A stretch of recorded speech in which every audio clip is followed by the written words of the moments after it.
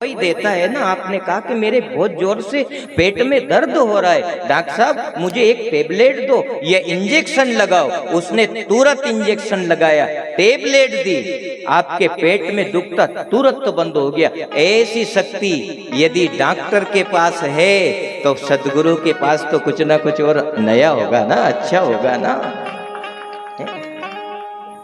इसीलिए कहा कि उस चैतन्य और शुद्ध जो नित्य निरंतर अपने मन में विकार न रखते हुए परमात्मा के नाम का सुमरण चिंतन करता है, वो व्यवस्था बड़ी सार्थक होती है राजन।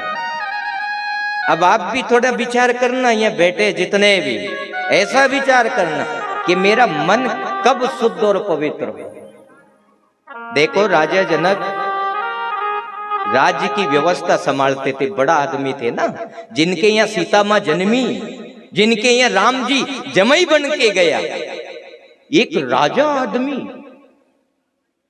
विदेही रहता है, बताओ आप क्या रहता है, विदेही। आप यूं मत सोच लेना कि कोई संत महात्मा यदि गृहस्थ में है और उनकी चैतन्य वृत्ति यदि अविनाशी है तो उनको कम साबित मत समझना। क्यों कि वो अपने मन को निर्मल बना के रखते हैं, अपने अंतःकरण को शुद्ध बना के रखते हैं और उसमें परमात्मा के उस निर्मल नाम को बोते हैं, और बोते हैं तो ऐसा अनंत फल होता है कि जगत उसको याद करता ही रहता है, उस महापुरुष को। यदि मन निर्मल है आपका, काम काज करो, आप खेती बाड़ी करो, बेटा बेटी के बीच में रहो, पर जहां से ये व्यवस्थाएं लागू होती उस चीज को आप निर्मल कर लो ना। कहा कि आप मन को निर्मल कर लो, अंतःकरण को निर्मल कर लो और फिर उस पवित्र नाम को धारण करो। और जैसे ही आप पवित्र नाम को धारण करोगे, अरे जय जयकार हो जाती है साहब, जय जयकार हो जाती है। नारद जी ने प्रहलाद को ओम नमो नारायण का मंत्र दिया, और बेटा तू यदि इसको सांस खींच करके उसको मिश्रित करेगा और यदि आंख बंद करके बैठ जाएगा तो आग तुझे जला नहीं सकेगी। जब ये गुरु का शुद्ध पवित्र नाम जब उसने जीवान पे धारण किया तो कयदू का हाथ जल गया। बताओ आप, उस अपने बेटे को छूने गई कि बेटा तू ये क्या कर रहा है, भोजन का समय हो गया, दूध का समय हो गया, लेकिन उसको लगा कि मेरे बेटे को कोई कुछ तकलीफ होगी, इसलिए ये आंख बंद करके बेटा जैसे ही हाथ लगाया तो उसके हाथ में छाला पड़ गया। बताओ आप, कयदू के हाथ में।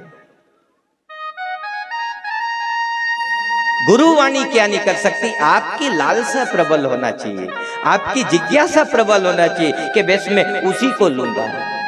एक बेटा की, जो एक छोटा सा बेटा की इच्छा जागे ना खाने पीने में, नहीं मुँह कुल्फी लूंगा, मुँह तो वही लूंगा, उसी कुल्फी लूंगा, तो फिर आप वो लेके देना पड़े। ऐसे कैसे इस मन वृत्ति को भी आप समझ करके इसको वही चीज जो दो जो उसको जरूरत है, इसको आलतू फालतू चीजें मत दो। और जिस दिन आलतू फालतू चीजें देने बंद कर दोगे और जो उसे परम तत्व चाहिए, गुरु नाम चाहिए, गुरु सामर्थ्य चाहिए, जिस दिन उसने धारण कर ली उस दिन आपकी जय जयकार हो जाएगी।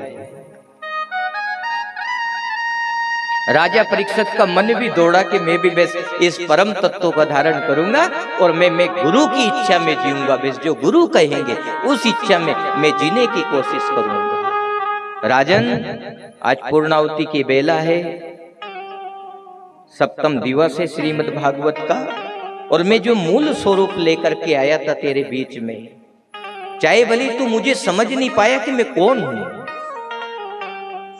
तूने मेरे भारी आवरण को देखा होगा कि दाढ़ी है, जटा है, काला पीला स्वरूप है या जैसा भी है, आप उस स्वरूप को देख लेते हो कि पगड़ी है, कपड़ा है ना, ये है। लेकिन मेरे अंदर की जो अविनाशी जो साधना है ना राजन, तू उसको नहीं परख पाता है, और जिस दिन तू उसको परखेगा उस दिन तो गुरु गोविंद दोनों तेरे सामने खड़े हो जाएंगे। ऐसा ही होता है, डॉक्टर ने दवाई दी और आपका दुख मिट गया, आपका सिर दर्द बंद हो गया। मैं पैरासीटामोल अच्छी 600 mg की, 500 mg की, 1000 mg की अगर जो आपको दे दी डॉक्टर ने तो तुरंत थोड़ी देर में आपका सिर दर्द बंद हो जाएगा। ऐसे कैसे ही आप इन चीजों को घृण करो, यदि इसका असर जानना चाहते हो तो, इसकी व्यवस्था समझना चाहते हो तो। पर अपन क्या करते हैं, आजकल की जो व्यवस्था ऐसी होगी ना, चकाचौंध में जा रहे हैं हम, इस व्यवस्था को धारण नहीं कर रहे हैं और हम भटक रहे हैं। भटको मती, भटकोगे। मैंने आपको कहा सर थोड़ा आप सजग तरीके से बैठो, जो बैठे हैं यहाँ एक भी ऊपर नहीं आएगा, नहीं तो अगली बार कभी भी मैं आऊंगा तो ये पक्के खोदाड़ के ही आऊंगा सामने का, मतलब आऊंगा कभी भी आऊंगा, यानी अगले साल आ जाऊं और भी जल्दी आ जाऊं, पर ये पक्के खोदाड़ दूंगा सामने का। इसलिए आप थोड़े चैतन्य होकर के, इसलिए कहा कि उस चैतन्य नाम की धारणा करो और इसी वक्त करो, देर मत करो। आचे दिन पाछे गए और कियो ना हरी से हेत, अब क्यों पछतावे जब चिड़िया चुग गई खेत। बाद में पछताना पड़ेगा, आपको बहुत पछताना पड़ेगा, इसलिए अभी इसको धारण करो। कोई मार्गदर्शक मिल जाए, किसी ने अच्छी बात बता दी, उसको मानना चाहिए कि नहीं, बोलो मानना चाहिए ना, और मानोगे तो बहुत अच्छी बात है। आप भी रोड पे चलते हो, हाईवे पे चलते हो, 4 लेन पे चलते हो, अपनी लाइन चलो, अपनी लाइन चलो, अपनी लाइन चलोगे तो जीवन में कभी एक्सीडेंट नहीं होगा। और यदि उल्टा सीधा चलोगा तो देर नहीं लगेगी। इस जीवन में अपन उल्टा सीधा चल रहा ना, इसलिए महापुरुषों ने कहा, और माता बिना भजन ताली बजा के गाना, आज नाचना रोक देना थोड़ी देर के लिए, और नहीं रुके तो कोई मुँह तुम्हारो हाथ तो नहीं पकड़ूंगा, खूब नाच जो। यदि रुके तो ठीक है, और नहीं रुके तो फिर कोई कमी कसर मत छोड़ जो, है ना। इसलिए इस परम तत्व की ओर आप यात्रा करना और आगे बढ़ना। आज मैं इतना जोर लगा करके आपको इस शब्द से जोड़ने की कोशिश करूंगा, क्योंकि 7 दीप 9 खंड में सतगुरु फेंकी डोर, ए वापे हंसा ना चढ़े तो फिर सतगुरु का क्या दोष। फिर भी आपको होगा कि अतरी कथा हो रही, अतरा सत्संग हो रहा, अतरा गुरु, असर तो हो ही नहीं रही, असर तो हो ही नहीं रही, पर करे कहीं जो मार्ग बताया था उस पे नहीं चलिया, अपन भटक गए। भटको मती आप। अच्छा, आप जितनी बेटियां बेटी है, छोटी बड़ी जो बेटियां बेटी, आप अपने जीवन में एक बात को धारण करना, और अगले साल यदि मुझे यहाँ आने का मौका दिया कपिलेश्वर महादेव ने, कथा करने का फिर मौका मिला, तो फिर अगले साल तक का ये 12 महीना का गैप में आप स्वयं मेरे से आके कह देगा कि बलियारी हो गुरुदेव आपकी, आप स्वयं कह दोगे। इस नाम को जीवान से उठाना और इसको जपना, जो भी अच्छा लगे। माता बहना का तो स्वभाव अब इसमें ढली ही जाना चाहिए। अभी इन बेटियों ने जीवन में कुछ नहीं देखा है, कोई स्वाद नहीं देखा है, फिर भी इनको मैं कह रहा हूँ। और अपन तो परिपूर्ण है, अपने बड़े हुए, अपनी शादी होगी, पति मिल गया, बेटा बेटी मिल गया, अब हम उतार पे आ गए। क्या आ गए? उतार पे। और जितनी माता बहना है, जितने भी भक्त लोग उतार पे जो गाड़ी आ गई, उनको तो ये सहजता से धारण कर लेना चाहिए। और आप राम रमैया बनकर के आगे तो बढ़ो, क्या नहीं हो सकता इस नाम से। इसलिए चैतन्य महापुरुषों ने कहा, थोड़ी स्वर बढ़ा देना है, इसलिए चैतन्य महापुरुषों ने कहा, हे मुसाफिर यूं मत भटके रे, तू ले हरि को नाम काम तेरो कभी नहीं अनगे।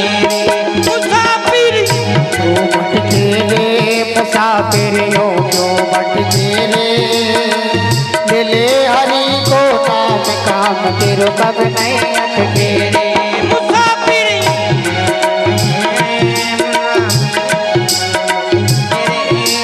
तू ले हरि को नाम काम तेरो कभी नहीं अटके। मुसाफिर यूं भटके रे, मुसाफिर यूं। जिसने पीछे बैठे ताली बजा करके, ले हरि को नाम काम तेरो कभी नहीं अटके। मुसाफिर यूं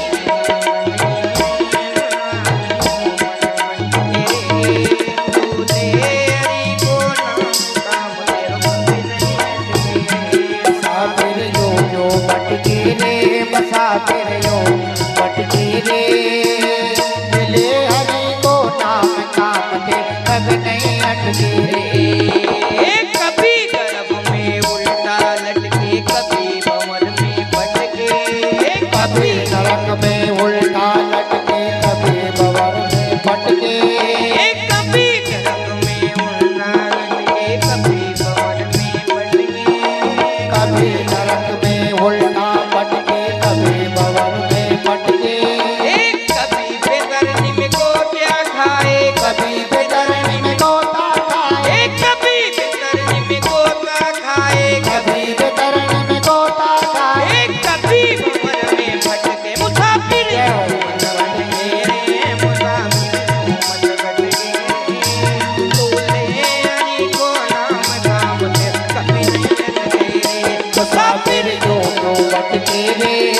मुसाफिर योग भटके रे, ये हरि को नाम काम कभी नहीं अटके रे। मुसाफिर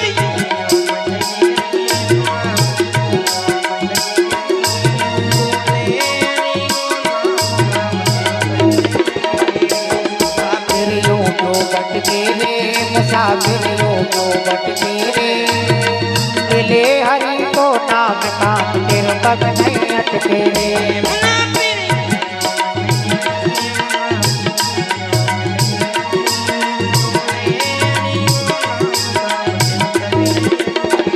मुसाफिर योग भटके रे, मुसाफिर योग भटके रे, ये हरि को नाम काम फिर कभी नहीं अटके। बोलो सद्गुरुदेव भगवान। तो देखो, शब्द ब्रह्म ने और भजन ब्रह्म ने आपको दोनों ने एक ही तो मार्गदर्शन किया। जो मैं बोल रहा था वही आपको भजन ने मार्गदर्शन कर दिया। तो फिर जब गवाह मिल गया, साक्षी मिल गया, तो फिर इस नाम को कभी भी मत छोड़ना, निरंतर इसका जाप करना।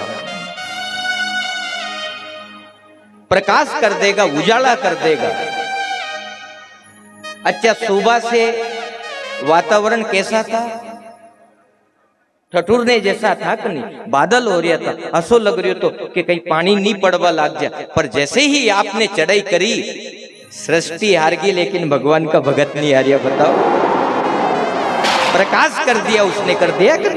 ये सब अपने कारण है साहब, अपने कारण है। यह सृष्टि अपने कारण है। तो फिर अपने उस पवित्र सामर्थ नाम का धारण करना चाहिए कि नहीं? बोलो। और जो नाम को धारण कर लेगा, क्या बिगड़ रहा है? कितनी गप्पा सप्पा, कितनी चुगलियां, कितनी फालतू बातें अपन रोज करते हैं। उस जगह अपन इस पवित्र नाम को यदि धारण कर लेंगे तो अपना क्या बिगड़ेगा? बोलो। जिस बेटे की कल आपने कथा सुनी, रानी तारा ने और मोर ध्वज ने अपने बेटे के 2 टुकड़े कर दिए और 5 थाली सजोई उस मालिक ने और कहा कि अपने बेटे को भी आवाज दे, वो भी भोजन करेगा। जिसके 2 टुकड़े कर दिया वो बेटा भी दौड़ के आया। इसीलिए तो भगवान का नाम अपने भजना चाहिए ना। और नाम हमेशा चमत्कार करता है, याद रख लेना। और से चमत्कार हो नहीं हो, पर नाम से जरूर चमत्कार होता है। मैंने हमेशा देखा है और आपने भी हमेशा सुना होगा, और अपने जीवन में भी आपने कई जगह ऐसी व्यवस्थाएं आपने देखी होगी। मोह से ना छूटे भजन, ओ सद्गुरु कैसे निभे। फंस चुके हैं अपन, ग्रस्त में फंस गए अपन, उलझ गए।